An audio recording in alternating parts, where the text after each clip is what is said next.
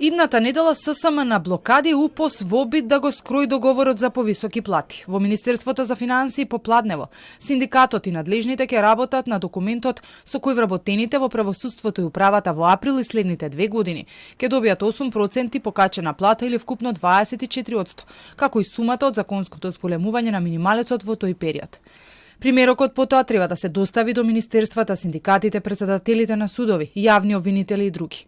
Во договорот треба да биде наведено и колку работници ќе бидат офатени, но од УПОС се бара во документот да стои дека се брише еден член од општиот колективен договор, пресметувањето на коефициентот на сложеност за вработените во јавниот сектор.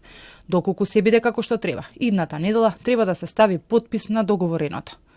Но борбата за повисок минималец продолжува. Идната недела ССМ прво ќе го блокира собранието, па бизнис заедницата и на крај владата.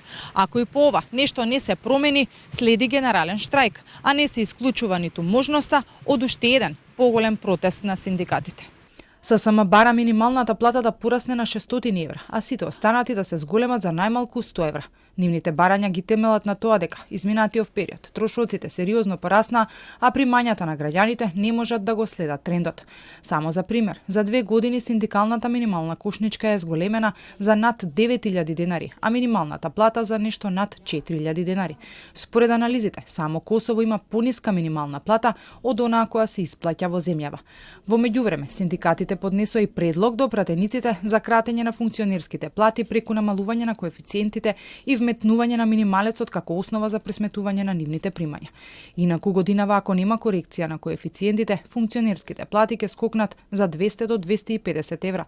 На прашање на Телма дали како претходните 2 години и овој пат ќе се направи тоа, од владата одговорија дека годинава усогласувањето на нивните примања ќе биде согласно редовните законски регулативи.